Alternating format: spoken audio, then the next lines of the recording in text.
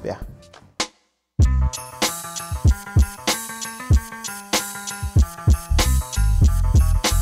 Salut Florie. Salut Justin. Alors pour tous ceux qui n'ont pas, comme moi, la chance de te connaître, est-ce que tu peux te présenter à nous en quelques mots, nous dire d'où tu viens et ce que tu fais? Donc j'ai 25 ans, je viens de Montpellier.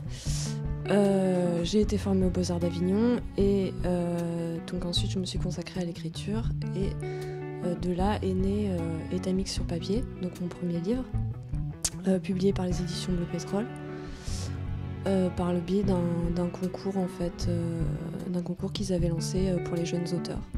Alors au niveau de l'écriture, est-ce que comme on va dire les médecins ou les policiers, c'était une vocation chez toi ou c'est venu par la suite?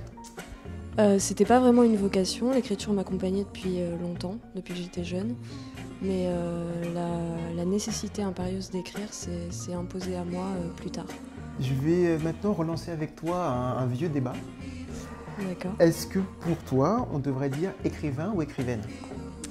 Alors honnêtement, j'en ai vraiment rien à foutre en fait. D'accord. Moi je dis écrivain, je suis pas sûre que... Enfin pour moi, tant que l'acte d'écrire est représenté, en fait, la féminisation du mot n'a pas grande importance. D'accord, donc tu ne serais pas prêt à militer pour changer le terme? Non. Pas du tout. Très bien. Florie, maintenant que tu es une artiste reconnue, si je peux me permettre, quelles sont tes influences? Est-ce que c'est uniquement littéraire ou est-ce que tu pioches un petit peu partout pour te construire en tant qu'artiste aujourd'hui? Alors c'est pas du tout uniquement littéraire, puisque à la base je viens plutôt du cinéma. Et donc j'ai été d'abord influencée par ça, par des réalisateurs comme Truffaut, Jim Jarmusch, Chris Marker. Et puis ensuite, pendant mes études aux Beaux-Arts, ça a plutôt été des plasticiens. J'ai été pas mal influencée par la peinture de Basquiat, j'ai vraiment beaucoup regardé son travail. Et en parallèle à ça, ou par la suite, il y a eu des auteurs comme Nietzsche, Christine Angot, qui ont vraiment construit mon travail en fait. D'accord. Et alors aujourd'hui, donc sur le livre que tu viens de sortir, comment se caractérisent en fait toutes ces influences dans ta production aujourd'hui? Alors soit j'aime bien mettre des citations directement de ce qui m'inspire. Donc dans mon livre par exemple, il y a des citations de Gainsbourg ou de Portichet ou des choses comme ça. Parce que c'est vraiment des morceaux de phrases, des morceaux de citations comme ça qui vont venir dans ma tête et qui vont provoquer l'écriture, en fait. Ou ça peut être, par exemple, dans le rythme de l'écriture, j'ai beaucoup lu Christine Angot, par exemple. Et j'aimais beaucoup son rythme hypnotique et je pense avoir peut-être été influencée par son utilisation de la ponctuation, voilà. Mais entre autres. D'accord, bon, c'est très bien, super. Pour en revenir donc à ton livre, tu viens de sortir Etamix sur papier chez les éditions Bleu Pétrole, sans bien sûr nous dévoiler toute la teneur du livre. Est-ce que tu peux nous en dire un petit peu plus? Oui, alors donc c'est l'histoire d'une jeune femme qui fait des séjours en hôpital psychiatrique, qui en parallèle de ça est étudiante aux Beaux-Arts. Et donc, elle aussi, un peu entre fiction et réalité, entre médicaments et création artistique. Et c'est justement par la création artistique qu'elle va réussir un peu à trouver sa place. D'accord. On voit déjà un petit peu plus ce qu'il en est sur ce livre. Est-ce que tu peux nous parler de tes dessins également? Oui, donc il y a les dessins qui accompagnent le texte, qui sont au début du livre, qui sont des dessins donc sur papier quadrillé fait à l'aquarelle, qui ont été tous réalisés en HP. D'accord. Voilà. Est-ce que ça représente quelque chose en particulier? Est-ce que c'est lié directement au livre? C'est lié directement au texte. Ils sont intrinsèquement liés au texte, ces dessins. Ouais. D'accord. Alors, il semblerait, d'après les divers critiques qu'on a pu lire sur ton livre, que ce récit a l'air, en tout cas, d'être vécu comme une autobiographie. Qu'est-ce que tu en penses, toi? Alors, en fait, j'ai commencé à écrire ce livre pour des raisons personnelles. Mais j'ai eu, au fur et à mesure de l'écriture, très vite envie de parler d'autres choses, en fait, et de plein de sujets différents, comme notamment la création artistique et comment ça pouvait intervenir, comment ça pouvait rentrer dans une vie en fait. Et donc il y a évidemment des éléments autobiographiques, mais au-delà de ça, j'avais envie d'en faire un objet littéraire. D'accord. Donc c'est quand même assez profond ce que tu racontes dans ce livre. Est-ce que c'est pas un petit peu dur justement de dévoiler une part de toi et en tout cas des sentiments aussi spécifiques à tout le monde? Curieusement, c'est plus dur de révéler, d'être lu par les gens que je connais que par les gens que je connais pas, en fait. D'accord. Donc, tu préfères donc te dévoiler, je dirais, au grand public que dévoiler peut-être une partie de ton intimité à tes proches? Oui, parce que c'est un livre, donc c'est pas mon intimité. D'accord, très bien. Alors, dans ce livre, le personnage principal est plongé dans l'univers médical. Est-ce que, comme Houellebecq, pour ne pas le citer, tu t'es basé sur des sites comme Wikipédia, par exemple, ou est-ce que vraiment c'est quelque chose que tu as testé personnellement, cet univers médical et l'univers psychiatrique? Alors, c'est un univers que j'ai testé personnellement. D'accord. Voilà, donc c'est vrai que y a beaucoup de choses qui sont basées sur des expériences personnelles. D'accord. Donc ce livre, on l'a bien compris, il y a un peu de toi, mais tu t'es très vite détaché on va dire, de l'autobiographie pour aller un petit peu plus loin. Mais pour en revenir à ce sentiment, est-ce que tu penses que ce type de livre, donc avec des spécificités vraiment particulières, est-ce que pour toi ça doit être lu uniquement par des connaisseurs ou est-ce que ça doit se trouver en grande surface? Je sais pas si ça doit se trouver en grande surface, mais en tout cas je pense pas du tout que ça doit être lu par des connaisseurs. J'ose espérer et j'en ai l'intime conviction en fait que ça s'adresse à absolument tout le monde. D'accord. Alors aujourd'hui, si tu devais simplement mettre en avant ton livre, qu'est-ce qui ferait qu'aujourd'hui un individu lambda ait envie de lire ce livre? C'est une question difficile. D'accord. Est-ce que pour toi, il y a je dirais un thème ou une réflexion particulière qui fait que un individu sans passion spécifique pour ce milieu-là ait envie de lire ton livre plutôt qu'un autre? Je crois qu'il y a une question qui est assez universelle, c'est la question de la recherche.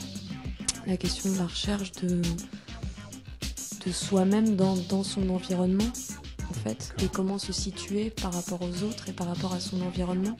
Et ça, je pense que c'est une question qu'on se pose tous à un moment donné. D'accord, donc c'est vraiment une question universelle et donc tout le monde veut la réponse. C'est pourquoi aujourd'hui tout le monde doit lire ce livre, si je comprends bien. Absolument. D'accord. Donc Florie, c'est ton premier livre. Est-ce qu'avec le recul aujourd'hui, il y a des éléments que tu voudrais rajouter ou au contraire enlever avec le recul simplement? Alors aujourd'hui non. J'ai eu envie, à un moment donné, je me suis dit est-ce que j'ai assez enlevé en fait, parce que pour moi l'écriture c'est vraiment enlever un maximum de choses pour garder que l'essentiel. Donc je me suis vraiment demandé si j'avais assez épuré finalement. Mais aujourd'hui, maintenant que le livre existe et qu'il vit sa vie,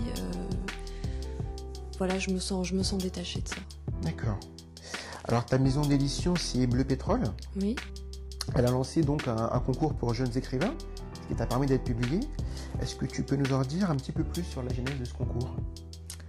Alors en fait, donc c'est Vanessa Gustave qui faisait partie de l'association L'Envolée Bleue,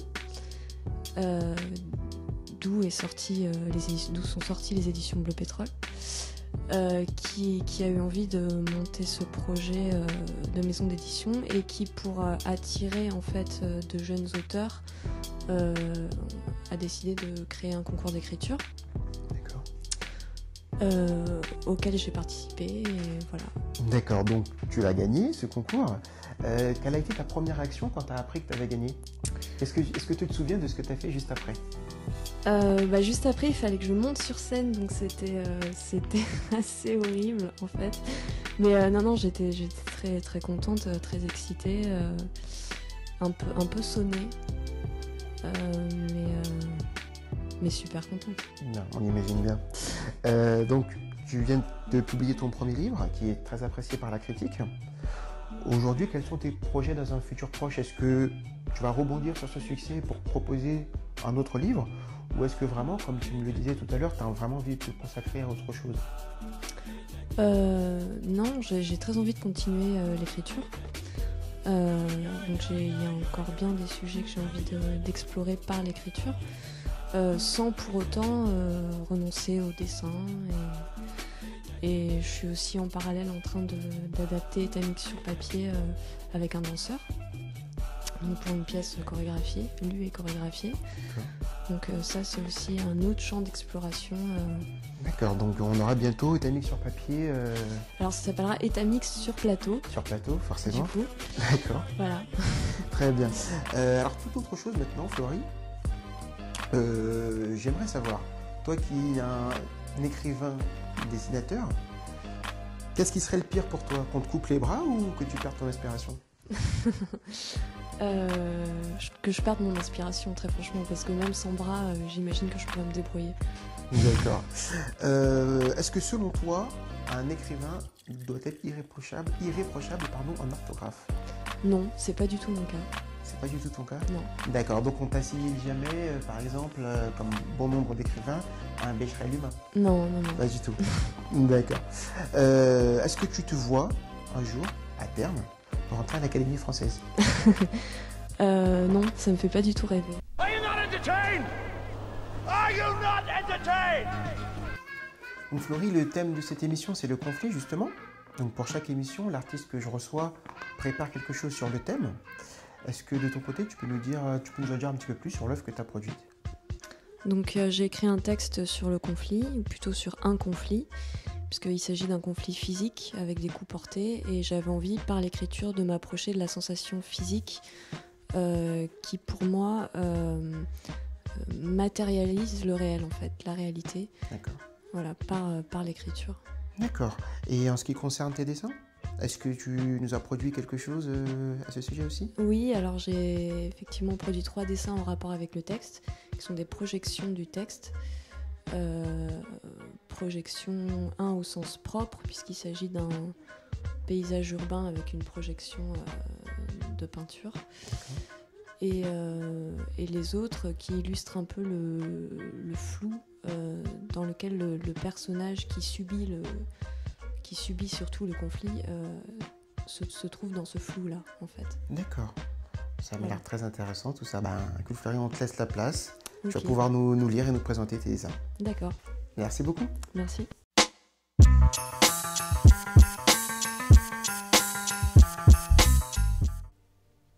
Tu t'enfonces, tu vois flou. Les couleurs dépassent, contaminent par taches chaque image de la réalité. Les immeubles cendrés se dressent couleur braise, les arbres se reflètent dans des flaques d'eau violette, le sol, par terre, poussière. Le ciel tourne au vinaigre, toi en dessous. Ton esprit, pris dans la tourmente multicolore, implore pour que ça cesse, prostré dans sa propre détresse. Il est là, grand, fort, sûr d'être dans son bon droit. Il te regarde, toi, à terre, dans la rue, étalé.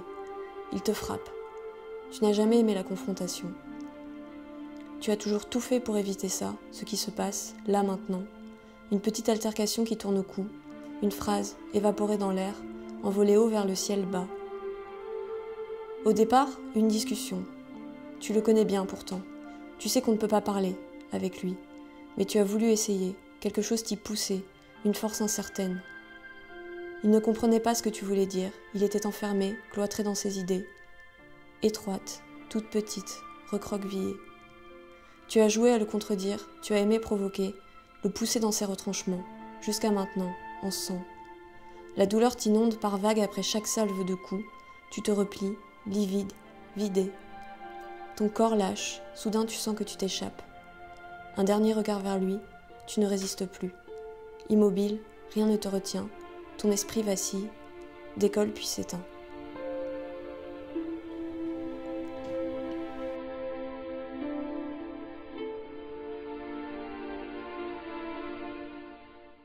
The time has come for bad things.